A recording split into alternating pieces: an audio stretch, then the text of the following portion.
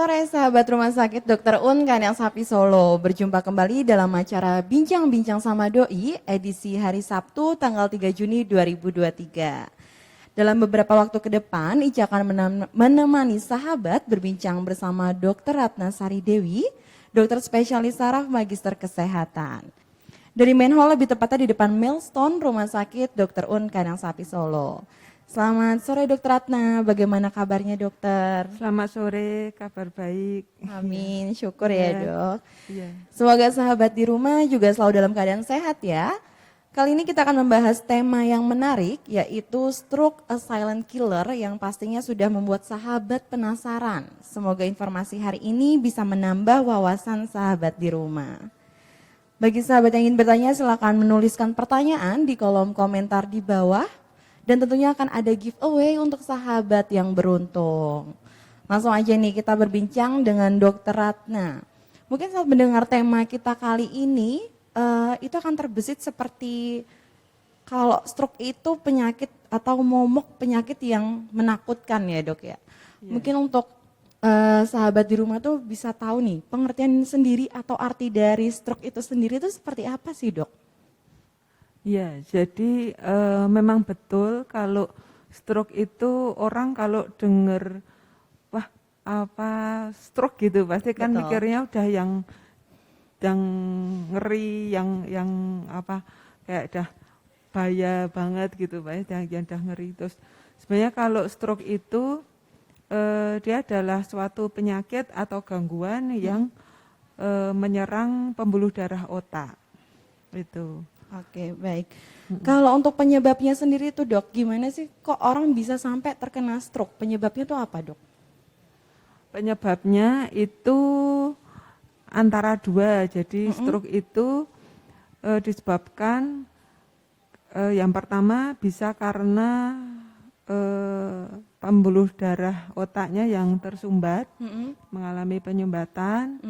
Terus yang kedua, stroke yang disebabkan karena pembuluh darah yang pecah, pembuluh darah otak yang pecah. Iya. Oke, baik. Kalau untuk faktornya sendiri dok, faktor-faktor yang menyebabkan seseorang terkena stroke itu apa aja dok? Kalau faktor risikonya itu ada beberapa ya, ada banyak. Yang pertama itu faktor risiko yang paling umum dan paling sering itu hipertensi.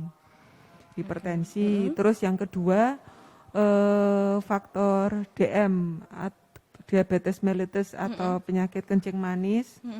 Terus yang ketiga itu orang dengan ini kolesterol yang tinggi, termasuk kolesterol tinggi, trigliserid tinggi, asam urat tinggi itu. Terus orang dengan kelainan jantung tertentu itu juga mempunyai resiko untuk mengalami stroke.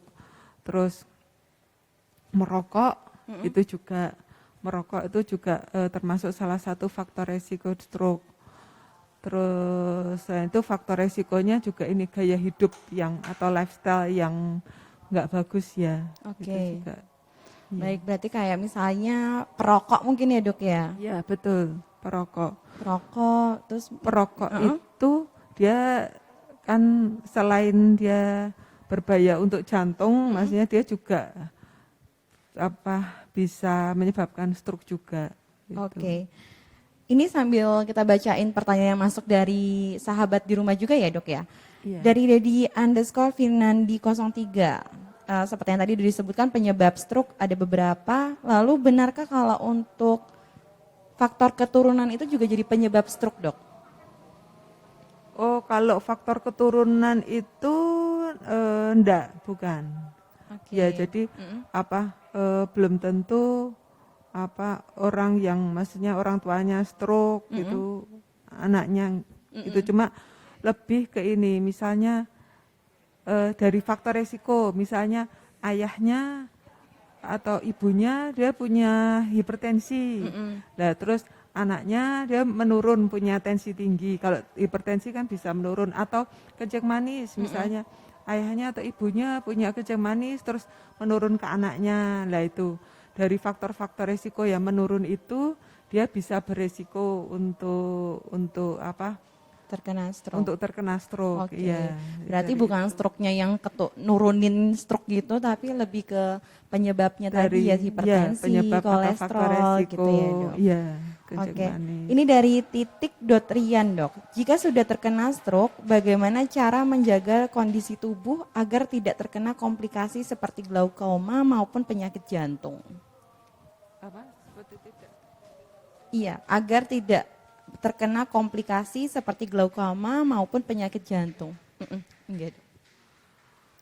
Kalau stroke-nya tergantung, stroke-nya apa dulu. Kalau misalnya yang jelas kalau sudah pernah terkena penyakit stroke itu tuh harus minum obat.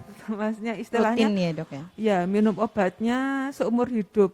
Jadi Oke. apalagi pertama misalnya kalau dia terkena stroke-nya stroke penyumbatan ya minum pengencer darahnya itu diminum seumur hidup. Terus tergantung faktor-faktor risikonya, misalnya orang itu terkena stroke karena hipertensi atau gula, itu dia harus minum obat tensi atau obat gulanya itu diminum seumur hidup, sambil untuk mencegahnya bisa nanti tiap beberapa bulan sekali, misalnya 3 bulan sekali atau 6 bulan sekali cek periksa darah ya, periksa darah seperti misalnya kolesterol, trigliserid, asam urat, periksa gula, karena itu faktor-faktor resikonya yang Baik. faktor resiko stroke itu sendiri. Berarti pemeriksaan rutin ya, Dok ya. Iya. Baik. Kalau untuk gejalanya sendiri nih, Dok, gejalanya tuh apa sih, Dok, yang menandakan kalau gejala stroke gitu? Yang muncul biasanya seperti apa, Dok? Gejala stroke itu yang paling sering dia adalah ini bicara pelo. Yang jelas dia timbulnya mendadak. Oke. Gitu, timbulnya mendadak. Jadi enggak ada apa-apa terus tiba-tiba dia bicaranya pelo, atau tiba-tiba orang mengalami kelemahan sesisi. Jadi tangan dan kaki yang kanan atau yang kiri tiba-tiba lemas. Itu. Terus itu gejala yang paling sering itu dua itu, bicara pelo sama kelemahan tubuh sesisi. Oke, berarti kayak misalnya nih tiba-tiba ngerasa lemah satu sisi atau Iya. tiba-tiba pelo, itu berarti kemungkinan besar ada gejala stroke ya, Dok ya? Iya, kemungkinan besar adalah gejala stroke. Oke, kalau seperti itu sendiri, Dok, kayak misalnya di rumah ternyata ada gejala seperti itu, yang harus dilakukan sama pihak keluarga atau pasien itu untuk pertama kali apa, Dok? Pertama kali, nah ini kalau orang awam itu kan seringnya ini ya, pasien saya itu ada yang pernah terus jarinya tuh ditusuk-tusuk gitu. Katanya untuk biar pembuluh darahnya jadi lancar. Oke. Ya, itu kan pernah ya itu kayak kepercayaan Betul. orang awam seperti itu. Padahal itu sebenarnya sih nggak benar gitu. Yang betul kalau begitu tahu ada saudara atau keluarga atau tetangga misalnya ya yang udah wah nih kok kayaknya gejala stroke ini gitu. Langsung dibawa ke rumah sakit, langsung dibawa ke IGD. Ya, itu udah yang paling tepat itu. Betul. Ya. Baik, Dokter. Ini selanjutnya ada dari a.natasha_0206. Apakah stroke bisa sembuh dengan terapi, Dok? Dengan terapi. Terapi ini maksudnya apa? Maksudnya fisioterapi atau jadi kalau stroke itu dia tergantung dari terapi saat awal. Jadi saat awal penanganan dan dia ini terapinya harus di jam-jam, maksudnya jangan sampai terlambat. Jadi begitu gejala awal, karena kan dia ada golden periodnya, periodnya tuh 6 jam. Jadi secepat mungkin segera dibawa ke rumah sakit, terus langsung ditangani, diberi obat. Misalnya kita kejar dengan obat itu, terus setelah itu diberi obat-obatan untuk maintenance sama ditambah dengan fisioterapi itu. Jadi terapinya ada 2, kalau stroke itu Terapi inti ada dua, jadi terapi obat-obatan sama fisioterapi. Oke. Ya, Berarti mungkin untuk pertama kali ya itu tadi pertolongan pertamanya itu dibawa ke rumah sakit ya dok ya? ya dibawa ke rumah sakit. Oke baik. Kalau untuk stroke sendiri itu apa ada tipe-tipenya ya dok ya? Kayak misalnya tipe awal, tipe sampai yang ke berat gitu ada atau gimana dok? Kalau tipe awal, Tipe kalau ringan, sedang gitu ada nggak dok? kalau ya paling gini kalau tipenya ada yang tipe, kalau kita sih mengenal yang jelas ada dua macam, yaitu stroke yang tadi namanya stroke non hemoragik itu karena penyumbatan pembuluh darah otak, sama yang kedua stroke hemoragik, stroke karena perdarahan. Lah yang stroke non hemoragik ini khusus yang stroke non hemoragik atau karena sumbatan ini dia ada beberapa jenis. Satu jenisnya tuh namanya TIA. Jadi TIA itu transient ischemic attack. Jadi dia stroke yang bisa dibilang serangannya itu bisa sembuh sebelum 24 jam. Jadi misalnya orang tiba-tiba bicara pelo, tapi terus kemudian 30 menit atau 1 jam kemudian terus sudah normal lagi tanpa obat, atau kelemahan sisi terus yaitu sebelum 24 jam itu dia sudah normal kembali, itu TIA. Itu mungkin yang termasuk ya sebenarnya bukan stroke ringan sih, tapi itu termasuk yang tapi itu sudah mengarah ke arah stroke penyumbatan. Cuma dia gejalanya seperti mungkin orang kok ngomong kok stroke ringan itu seperti itu. Iya, tapi sebenarnya kalau udah kena stroke, ya udah misalnya orang udah bicara pelo, udah ekstremitasnya lemah, itu ya berarti dia udah bukan kena gejala stroke, tapi dia udah terkena stroke ya, itu. dok, ya? Iya. Baik. Kalau untuk stroke sendiri itu bisa menyerang semua usia atau hanya usia yang sudah kayak lanjut usia kayak gitu, atau bisa semuanya dok? Iya. Paling umum itu stroke itu terkena di usia antara 45 sampai 55 tahun, itu yang paling banyak. Cuma dia juga bisa terkena di usia muda. Jadi umur dulu pernah ada pasien itu di bawah 30 tahun itu sudah terkena stroke bisa. Terus atau di atas 55 tahun bisa, banyak juga yang misalnya umur 60 tahun, terus 65 tahun itu terkena stroke juga bisa, tapi paling sering itu dia di usia 45 sampai 55 tahun.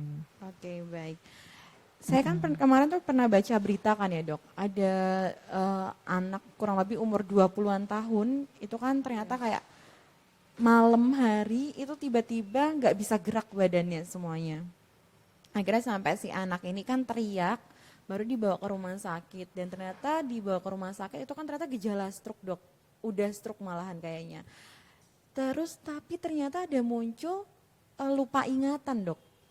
Bener nggak sih kalau stroke itu bisa sampai kayak gitu dok? Oh, maksudnya sampai lupa ingatan? Iya, jadi sampai katanya tuh nggak mengenal dirinya sendiri, orang sekitar sampai gitu. Dan kebetulan dia kena sisinya itu sebelah kanan.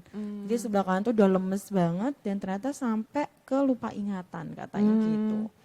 Jadi kalau stroke itu kan bagian otak itu kan ada macam-macam ya, maksudnya ada yang bagian otak bagian depan, belakang, tengah, otak kecil itulah. Stroke itu dia bisa menyerang bagian manapun. Lah, terus kalau gejala yang ditimbulkan itu sesuai dengan bagian otak yang terkena.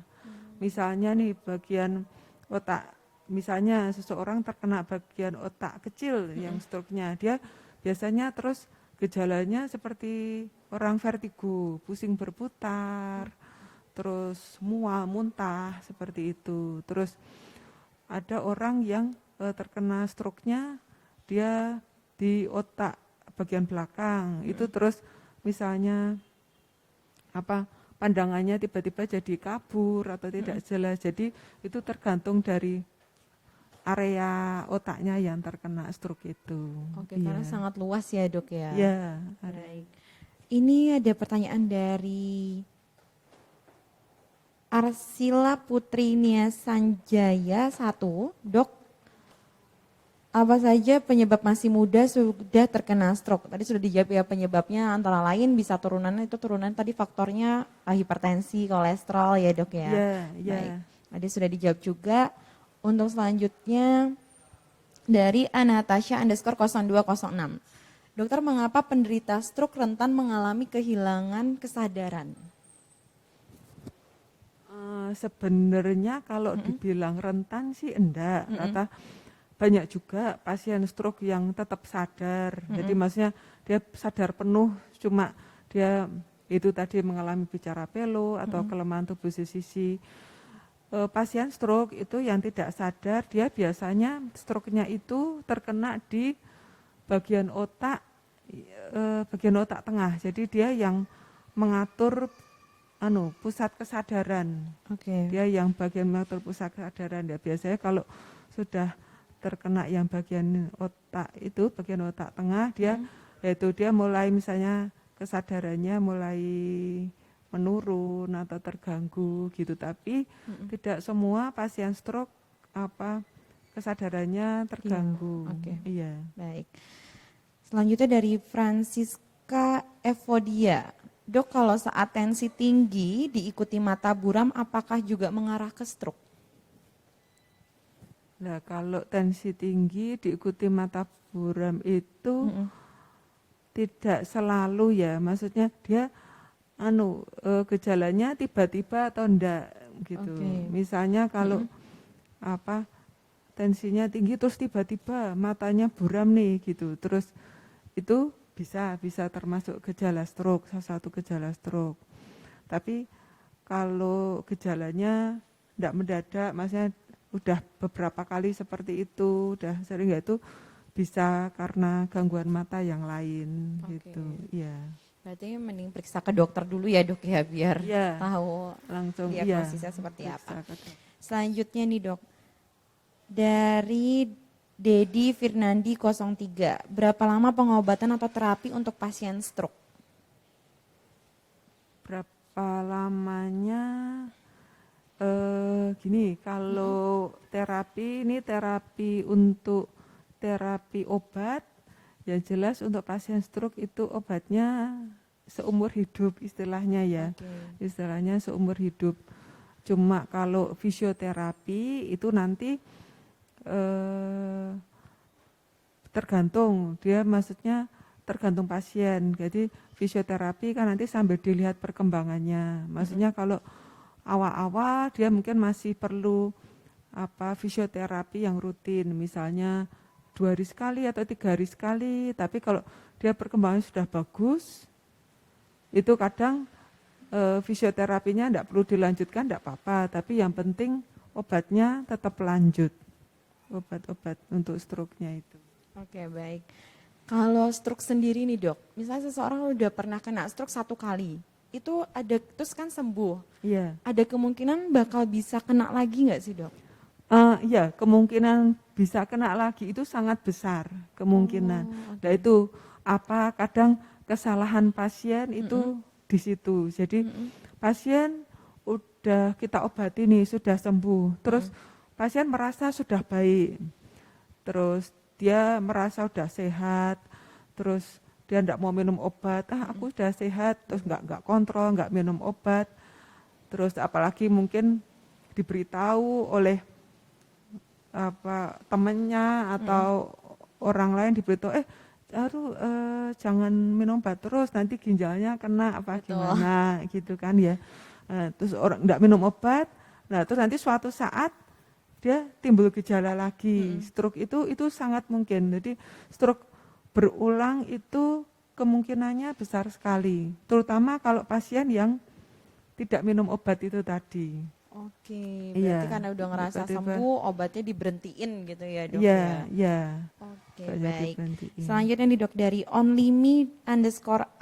Kalau jari-jari tangan suka kesemutan dok, saya harus ke ortopedi atau syaraf? Kalau kesemutan itu lebih mengarah ke saraf ya, kalau kesemutan. Iya. Cuma kesemutan itu, nah ini pasien juga kadang jari-jari kesemutan udah periksa ke dokter, terus waktu periksa ke dokter langsung, dok ini saya gejala stroke atau enggak gitu. Padahal belum tentu gitu. Kesemutan bisa saja karena penyakit saraf yang lain, misalnya ada saraf tercepit gitu, saraf di saraf di tangan ada yang tercepit gitu. Jadi tapi kalau kesemutan itu ke arahnya ke saraf, bukan ke saraf tulang. ya. Iya. Baik, sudah terjawab ya. Selanjutnya dari Arsila Putri Nia Sanjaya 1, dok. Benar nggak kalau untuk akupuntur bagi pasien stroke itu dianjurkan di dunia medis, dok? Ya, sebenarnya kalau yang dianjurkan untuk pasien stroke di dunia medis itu tetap fisioterapi. Baik, Ya, terapi. dia istilahnya dia adalah yang paling top ya, maksudnya paling atas, dia yang berperan untuk mengembalikan fungsi ke semula itu fisioterapi. Kalau akupunktur sebenarnya kalau di dunia medis maksudnya tidak ya boleh, cuma maksudnya bukan yang dianjurkan, tetap yang disarankan untuk first line-nya selain obat itu fisioterapi. Baik, untuk terapinya sendiri ya dok ya. Selanjutnya dari Firza.Ran. Benarkah stroke iskemik lebih parah dan sulit disembuhkan daripada stroke hemoragik, dok? Ini tergantung, maksudnya stroke iskemik kan stroke karena penyumbatan, dia tergantung areanya yang terkena. Jadi stroke hemoragik juga sama, tergantung areanya yang terkena. Selama areanya yang terkena itu luas, baik itu stroke iskemik maupun stroke hemoragik itu pasti lebih berat. Gitu. Jadi bukan berarti kalau stroke iskemik cenderung lebih berat tadi ya pertanyaannya. Iya, betul. Cenderung lebih berat itu enggak selalu gitu. Jadi tergantung area di otak yang terkena areanya luas atau maksudnya pembuluh darahnya yang terkena itu pembuluh darah besar terus atau pembuluh darah yang kecil kalau sumbatan ya. Tapi kalau perdarahan itu tergantung dia. Kadang kan ada pasien yang stroke perdarahannya sampai luas, kadang pasiennya sampai enggak sadar itu. Tapi ada juga stroke perdarahan ya perdarahannya cuma kecil gitu, dan itu pasiennya sadar, dia paling bicaranya pelo atau ada kelemahan tubuh sesisi gitu. Ya jadi tergantung areanya. Baik, kalau untuk gejalanya sendiri beda ya dok ya, berarti dari iskemik sama yang hemoragik ya tadi ya? Gejalanya itu Hemoragik. tetap tergantung area di otak yang terkena, terus cuma biasanya kalau yang stroke hemoragik atau perdarahan itu ditambah dengan pusing atau nyeri kepala biasanya. Ya, kalau yang stroke non hemoragik atau iskemik itu jarang yang disertai pusing atau nyeri kepala. Cuma kalau yang stroke hemoragik itu bisa disertai pusing paling sering ya, pusing atau nyeri kepala. Terus kalau yang lain-lain tetap tergantung area di otak yang terkena di area mana gitu. Oke, baik. Ini selanjutnya dari Firza.Ran dari A.Natasha_0206. Dokter, apakah penderita stroke harus menghindari garam? Menghindari garam itu pasien yang mempunyai tensi tinggi, ya, mempunyai tensi tinggi, bukan menghindari, cuma sebaiknya mengurangi. Tapi biasanya sih pasien-pasien stroke dengan faktor risiko hipertensi biasanya dari dokter sarafnya itu sudah diberi obat penurun tensi, diberi obat penurun tensi. Cuma biasanya kita tetap menganjurkan ke pasien untuk membatasi atau mengurangi garam. Nah terus atau sekarang kalau di apotek-apotek itu kadang sering sekarang dijual garam khusus, itu lebih aman untuk pasien-pasien yang hipertensi. Oke, kayak garam gitu. diet gitu ya dok garam, ya? Iya. Baik. Dok, kalau misalnya orang sering ngerasa pusing, mungkin kan tanggapan orang biasanya vertigo atau cuman migrain kayak gitu ya dok. Iya. Itu benar nggak sih ada kemungkinan kalau itu bisa mengarah ke gejala stroke? Kalau sering pusing ya, Mm-mm. kalau stroke ini kan dia identik dengan tiba-tiba Oke. atau gejala yang mendadak atau tiba-tiba. Kalau gejalanya berulang Mm-mm. itu tergantung nih pusingnya, pusing apa dulu. Oke. Pusingnya karena kalau pusing itu kan jenisnya macam-macam. Betul. Ada pusing berputar Mm-mm. atau vertigo Mm-mm. gitu anunya, terus ada pusing sejenis migrain gitu. Kalau sering pusingnya jenis yang migrain itu berarti kan bukan stroke.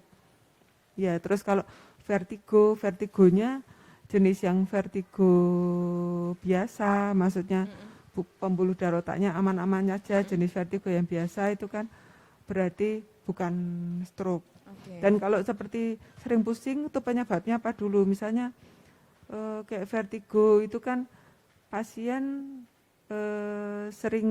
misalnya sering kambuh, dia mungkin karena apa? Karena baik itu vertigo atau migrain biasanya penyebabnya mungkin kurang tidur Ya. atau kecapean gitu, tapi Oke. bukan stroke. Berarti untuk stroke sendiri itu justru orang yang jarang ngerasain pusing, ngerasain apa kayak vertigo, tiba-tiba ngerasa pusing yang hebat sampai muntah itu berarti kemungkinan ada gejala stroke malahan ya dok ya? Iya, iya. Tiba-tiba dia Mm-mm. sebelumnya normal-normal Iya. aja, terus tiba-tiba dia pusing, Mm-mm. muter pusingnya hebat. Lah, Mm-mm. kalau untuk vertigo Mm-mm. itu dia ini, kalau vertigo yang biasa, dia Mm-mm. biasanya gejalanya hebat sampai pusing berputar hebat, Mm-mm. terus sampai keluar keringet dingin, terus muntah-muntah. Tapi kalau yang vertigo biasa itu diobatin, Mm-mm. nanti terus 3 hari biasanya udah sembuh. Satu hari aja kadang udah sembuh. Nah, kalau pusing vertigonya diobatin dengan obat vertigo kok tidak sembuh-sembuh, lah itu kita bisa curiga jangan-jangan ini ke arah stroke Oke. gitu. Stroke dia biasanya lokasinya di otak kecil, entah itu penyumbatan atau Mm-mm. perdarahan gitu. Oke. Untuk dampak dari stroke sendiri nih dok, misalnya nggak diobatin, pasien kena stroke tapi ternyata nggak diobatin, itu dampaknya seberapa besar dok? Dampaknya ya, nanti misalnya dia tidak diobatin ya dia tambah, misalnya Mm-mm. sebelumnya dia mengalami kelemahan tubuh sesisi, misalnya Mm-mm. yang sebelah kanan Mm-mm. katakanlah. Dia tapi tidak diobati tetap dibiarin, dia nanti tambah lama tambah lemes, terus dia tidak di fisioterapi tambah lama kaku. Yang Oke. anggota tubuh sebelah kanan tuh dia bisa kaku. Mm-mm. Terus juga misalnya tensi, dia misalnya stroke-nya karena punya tensi tinggi, terus tetap dibiarin aja gitu ya bisa bahaya ya. Maksudnya Betul. bisa stroke kan kalau ya selain itu meninggalkan gejala sisa tadi, Mm-mm. anggota tubuhnya kaku, terus kalau nggak diobati seperti tensi tinggi, terus gulanya tetap tinggi, terus Mm-mm. nggak diobati bisa kemana-mana, nanti bisa sampai mengancam nyawa juga gitu. Betul. Baik. Terkait untuk stroke sendiri nih dok, ada nggak sih pantangan bagi apa orang yang punya gejala stroke? Kayak misalnya nggak boleh makan santan, nggak boleh makan garam, yang banyak garamnya, kayak gitu ada nggak dok? Nah itu tetap nanti tergantung dari hasil pemeriksaannya. Mm-mm. Misalnya kan kalau pasien mondok atau pasien periksa kita cek Mm-mm. tensinya gimana, gulanya gimana, terus kita cek kolesterol, trigliserid, asam uratnya gimana. Nah nanti di antara faktor-faktor resiko itu tadi mana yang angkanya tinggi. Mm-mm. Misalnya ya kolesterolnya tinggi, berarti dia harus ini ngurangi makan makanan berlemak, Mm-mm. terus yang goreng-gorengan. Terus kalau misalnya tensi tinggi berarti dia nggak boleh makan kambing, terus Baik. nggak boleh makan asin-asin gitu. Iya. Oke. Selanjutnya dari sebentar. Dari Azara underscore Zara 33. Dok, apakah penderita stroke ringan tetap harus mengkonsumsi obat semasa hidupnya? Kalau stroke ringan tetap, ya, tetap kalau menurut saya, saran saya tetap harus mengkonsumsi obat. Karena apa? Karena stroke itu dia mempunyai sifat bisa berulang. Dan biasanya kalau berulang itu stroke-nya cenderung lebih berat dibanding stroke pertama. Jadi pertama nih stroke ringan, tapi karena ndak minum obat gitu, terus dia bisa berulang dan biasanya cenderung lebih berat dibanding stroke sebelumnya. Oke, berarti biarpun seperti yang tadi dokter katakan bisa juga stroke yang sembuhnya kurang dari 24 jam ya dok ya? Ya betul. Itu tetap harus minum obat karena takutnya nanti bisa berulang dan ternyata justru lebih parah dari sebelumnya, Lebih begitu parah, ya dok? iya. Ini kan sangkutannya sama minum obat dan itu harus rutin juga selamanya ya, seumur hidup ya dok ya? Iya. Itu ada kemungkinan bisa pengaruh ke ginjal nggak sih dok? Mungkin Nah, kan yang ditakutin sama orang awam mungkin gitu ya dok, karena kan aduh kok minum obat terus nanti ginjalnya kena kayak ginjalnya gitu. kena, ya. Sebenarnya obat yang paling berefek ke ginjal itu terutama obat anti nyeri. Oke. Iya, obat anti nyeri. Dan kalau obat stroke itu biasanya kan kita paling umum ya. Kalau dokter saraf itu ngasih itu pengencer darah, terus obat tensi, obat gula, obat kolesterol itu setahu saya aman. Maksudnya enggak apa-apa. Untuk ginjal pun aman. Dan kita sekarang juga lebih mikir ke ininya lebih penting yang mana gitu. Karena kan kalau sudah terkena stroke kan kita kan berharap supaya tidak terulang, maksudnya tidak terjadi stroke berulang. Jadi kita lebih prioritasnya lebih supaya tidak terjadi stroke lagi gitu. Baik. Cuma ya untuk amannya sih sejauh ini itu obat-obatan selama itu ya bukan obat nyeri. Kalau obat yang lebih dia berefek ke ginjal, maksudnya berefek buruk ke ginjal itu obat nyeri. Dan itu pun kalau dikonsumsi secara terus-menerus. Maksudnya sering hampir tiap hari konsumsi itu bisa bahaya buat ginjal. Oke. Pemeriksaan apa aja nih dok yang harus dilakukan untuk mendeteksi gejala stroke atau penyakit stroke sejak dini? Kalau pemeriksaannya yang paling awal untuk deteksinya itu CT scan. CT scan. Iya. Jadi pasien misalnya datang udah ini gejalanya mengarah ke stroke. Biasanya oleh dokter saraf dianjurkan untuk CT scan. CT scan itu untuk apa? Untuk kita mengetahui ini stroke-nya ini jenis yang karena penyumbatan pembuluh darah atau stroke yang karena perdarahan. Karena terapinya itu berlawanan. Jadi pertama yang kita anjurkan itu CT scan kepala. Baik, kebetulan di rumah sakit kita juga sudah tersedia CT scan dengan 128 slices ya dok ya? Iya. Baik, selanjutnya di dok, kalau untuk stroke sendiri nih, bisa nggak sih disembuhkan total gitu dok? Disembuhkan total bisa. Bisa. Jadi dia kalau asal gini dia misalnya dia kena serangan pertama, terus dia langsung dibawa ke rumah sakit, langsung ditangani, diberi obat yang tepat, itu dia bisa sembuh. Maksudnya dia bisa baik gitu, maksudnya dia bisa kembali normal gitu. Oke, kemungkinan juga sama dibarengi sama terapi ya sama dok ya? fisioterapi, iya. Baik. Iya. Oke, selanjutnya nih dok, dari Firza Dotran, apakah stres bisa memicu menjadi stroke dok?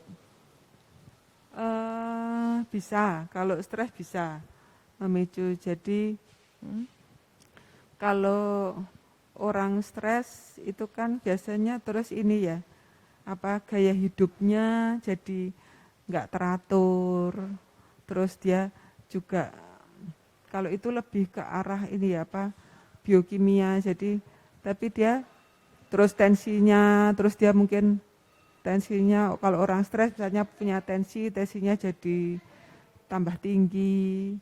Terus ya itu tadi gaya hidupnya, kalau orang stres kan pasti biasanya gaya hidupnya jadi tidak teratur gitu. betul. Mungkin dia kurang istirahat, terus makannya juga asal-asalan kayak gimana ya, itu nanti bisa menjadi faktor resiko untuk terjadinya stroke itu.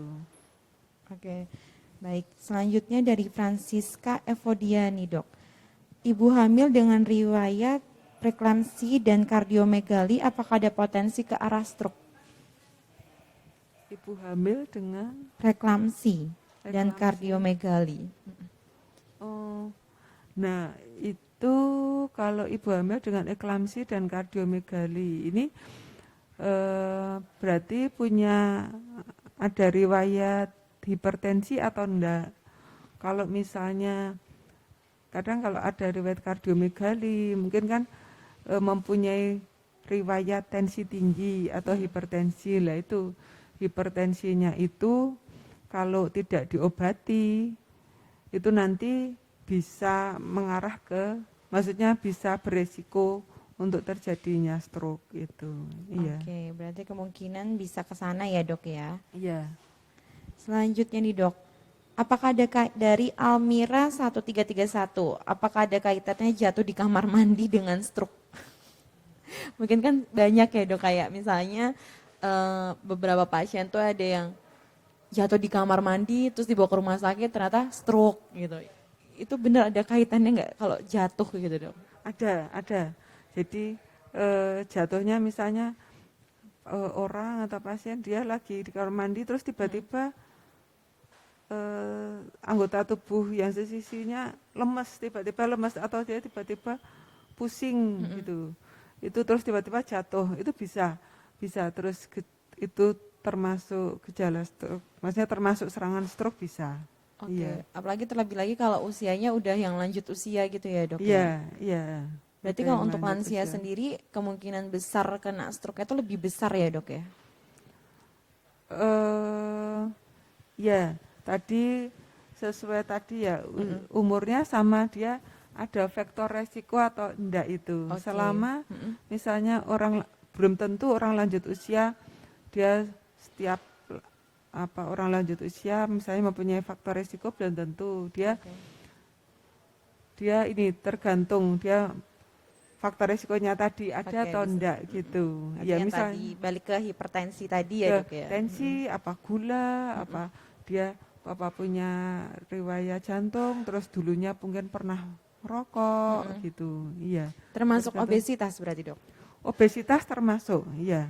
Obesitas termasuk faktor resiko. Baik kalau gitu. Pertanyaan terakhir nih, Dok. Bagaimana cara pencegahan penyakit stroke?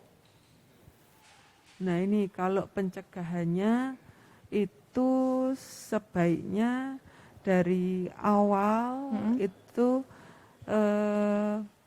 cek ya, cek misalnya cek tensi yang sederhana ya, cek tensi, terus kemudian cek darah. Oke. Cek darah seperti misalnya cek gula, kolesterol, asam urat, trigliserid itu.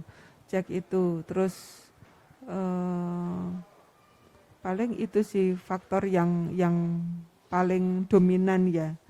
Itu untuk untuk kita supaya kita tahu. Jadi terus jadi misalkan ada yang tinggi itu sebaiknya ke dokter terus supaya dari dokter diberi obat misalnya kolesterol tinggi diberi obat kolesterol, terus atau misalnya gulanya tinggi diberi obat gula supaya nanti faktor risikonya itu kan bisa ditekan. Kalau ditekan kan harapannya tidak sampai kemana-mana, termasuk tidak sampai terjadi serangan stroke gitu. Kalau pemeriksaan yang tadi disebutkan, Dok, itu bagusnya dilakukan berapa bulan sekali atau bagaimana, Dok? Kalau misalnya dicek hasilnya normal, baik-baik saja, itu sebaiknya diulang bisa 6 bulan sampai 1 tahun, 6 bulan sampai 1 tahun diulang lagi. Cuma kalau hasilnya ternyata banyak bintangnya nih, hasilnya banyak yang tinggi, terus itu sebaiknya diceknya 3 bulan sampai 6 bulan ya, maksimal 6 bulan itu Oke, dicek. berarti pemeriksaan rutin berkala ya dok ya? Pemeriksaan rutin, iya. Baik dokter, terima kasih dokter Ratna. Itu dia tadi informasi dari dokter Ratna mengenai stroke ya. Selanjutnya mau info juga buat sahabat di rumah, penting banget nih kalau mau periksa ke rumah sakit nggak usah khawatir karena dokter UNS SKA tetap aman. Jika Anda konsultasi dengan dokter Ratna bisa banget karena dokter Ratna praktik di klinik saraf Rumah Sakit Dr. Un Kandang Sapi Solo. Sahabat bisa melakukan pendaftaran secara online dengan menggunakan aplikasi Dr. Un SKA Mobile yang kini terdapat fitur kotak saran, pengumpulan dan redeem point, serta pengecekan hasil laboratorium dan radiologi. Pendaftaran jadi lebih mudah dan dapat diakses di mana aja. Pendaftaran menggunakan aplikasi Dr. Un SKA Mobile bisa dilakukan H-7 sampai 2 jam sebelum layanan klinik berakhir. Jadi buat sahabat di rumah langsung aja update aplikasi Dr. Un SKA Mobile. Selanjutnya juga tadi yang sudah disampaikan oleh Dokter Ratna kalau harus ada atau kita harus melakukan pengecekan atau pemeriksaan rutin ya dok ya.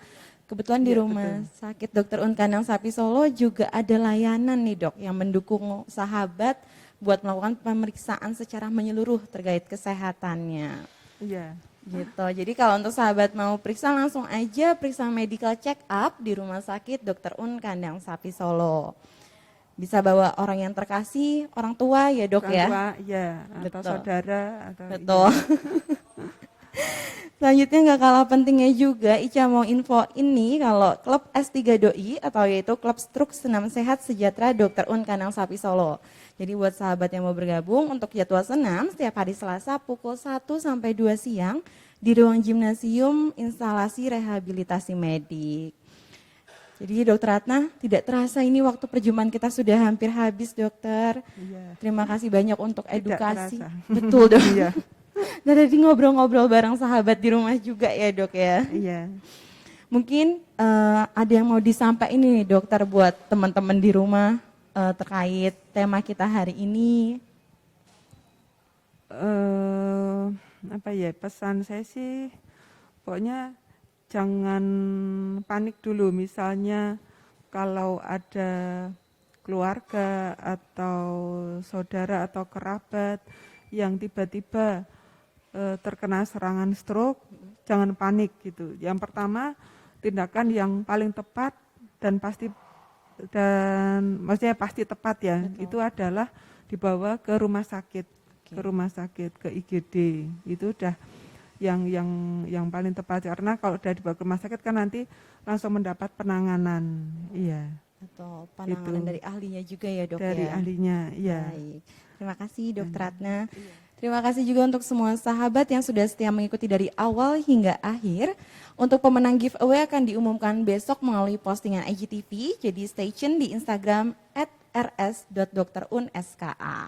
Selamat melanjutkan aktivitas dan selamat berakhir pekan bagi sahabat sekalian. Jangan lupa tetap mematuhi protokol kesehatan, menjaga kebersihan dan selalu jaga kesehatan. Sampai jumpa di acara Bincang-Bincang sama Doi selanjutnya.